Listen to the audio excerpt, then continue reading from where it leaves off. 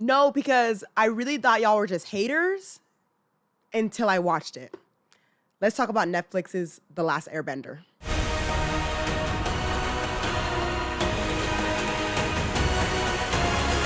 So when I first heard the initial reviews of The Last Airbender, I thought people were just hating like they did with Age of Ultron, Amazing Spider-Man, Revenge of the Sith, Tron. When they first came out, people hated these movies and were like, oh, this is trash. Oh, they just hated to hate on it because it's not as good as the first one. I was one of the diehards. When those movies first came out, I was the advocates. I would die on those hills being like, these movies are good. And then 10 years later, people are finally being like, oh, the movies are good. And the thing is, when I think of those movies, I'm like, they are good because I had a good time. I got to see more of these characters that I love, you know? And so I was thinking, okay, Last Airbender, we're gonna have the same vibe. The reviews that I saw was about the costumes, about the acting, and those are things that I'm able to look past. When it comes to costumes, acting, CGI, I can look past those things. So those little criticisms that I heard initially, I'm like, okay, but is it good? Like, let's get past these little things. Let's talk about the story. Let's talk about the action. Those are two things that are important to me. And so when I initially watched it, the first episode, I enjoyed it. I love the costumes. So I don't know what people are talking about, trying to be like, oh, the 2012 costumes are better than this. You're joking. They're like, it's cosplay. So, okay. So you go to San Diego Comic-Con. You're going to go take a picture with 2012 Aang and not 2024 of Aang? You're gonna lie? The costumes in this are beautifully done. Absolutely beautifully stitched. It's so colorful. Oh, it's like cosplay. So this isn't cosplay? This isn't looking like cosplay? When it comes to the acting, yes, it was cheesy, but it made sense to me. They're kids, so they're gonna act like it. And Zuko is a bratty child, just wants to please his dad. And he was annoying in season 1 in the original, so that matched for me. And a lot of the comparisons that I see are people comparing this Zuko to season 3 Zuko for some reason. We had to compare it 1-to-1. And I feel like 1-to-1 he matches. I'll keep doing it for another 3 years if I have to. Why was Sokka the leader? I don't remember him being the leader. I remember him being like the comic relief. Yes, he was good with his boomerang moment. And like, oh, I'm Katara's brother. But he was very, am I misremembering? Because it has been like 4 years since I've seen the show. And I only watched it that one time. So maybe I'm misremembering. I'm not a super fan like a lot of y'all. So please in the comments, do y'all's thing. But Sokka in this was like being a leader, and then it was really weird how they tried to do the comedy, because he would be like, guys, this is just a random example. Guys, we gotta make it to the temple and make sure that we win, and we gotta do the right thing. Oh, I was supposed to say a joke. And oh my gosh, I tripped. Or, oh, you look crazy. Didn't it feel like that, where like he would say like this exposition, he would say something serious, and then they would be like, oh, we forgot that Sokka's supposed to be funny, so let's add like a little line at the end. And then what I remember Katara to be is that she's more of the leader and taking control and being the mother figure and being very strong-willed. But I feel like she was taking more of a back seat in this film, or in this movie, or in this show, maybe? I don't know. I wonder how y'all felt about Sokka and Katara. So let me get into why I only watched 4 episodes. I watched 4 episodes and then I skipped right to the season finale. And that was because, oh my gosh, when people are saying, it's just exposition dump. The characters are literally telling you what's happening, and there's no filler there. You know what I mean? There's no like, oh my, like, let's get to know this person by watching them live their life. No, they have to be like, hi, I'm Aang.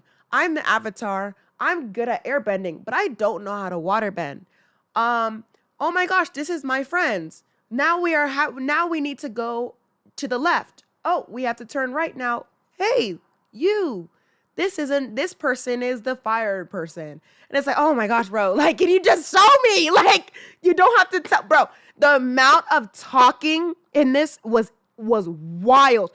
And also, if I were to do a drinking game, every time he was like, and it's because I have to do this because I'm the Avatar.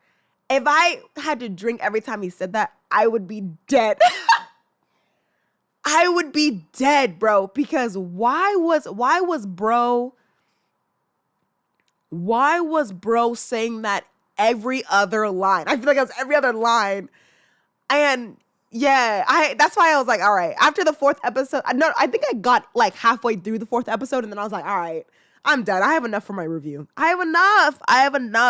And I tried to give it a chance because I didn't want to go off of people's reviews being like, oh, it's bad.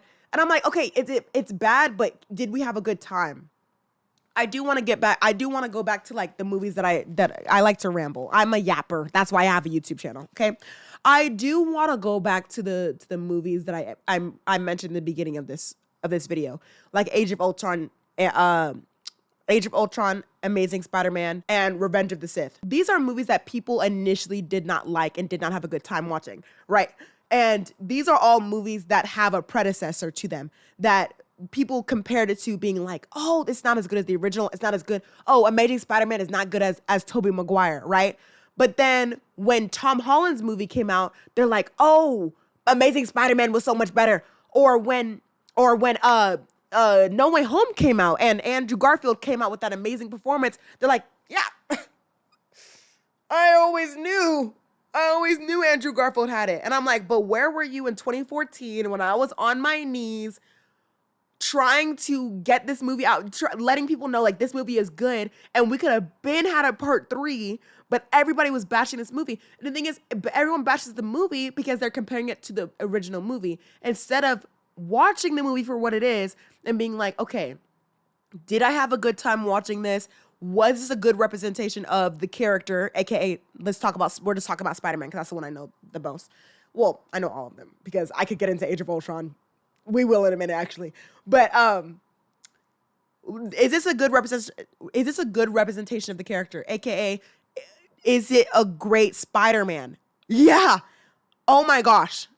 If I could talk about Amazing Spider-Man right now, I could get into it. But like, it's such a good Spider-Man. But at that time, people wanted to be like, oh, it's not Tobey. Okay, it's not. It's Andrew. So now going to Age of Ultron, oh, it's not as good as Avengers 1, blah, blah, blah, blah.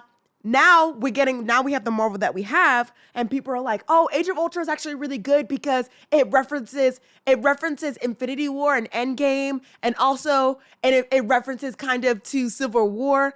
And back in 2015, I was loving Age of Ultron, and the reason why I loved it, and not because it's like the best Marvel movie, it's because we had these moments with these characters that we don't really get a lot in superhero movies. And it's that filler that we're missing from this live action Last Airbender.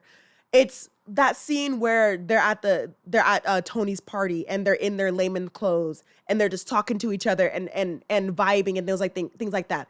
It's not important to the story, but it's important to the audience to see the chemistry between the characters.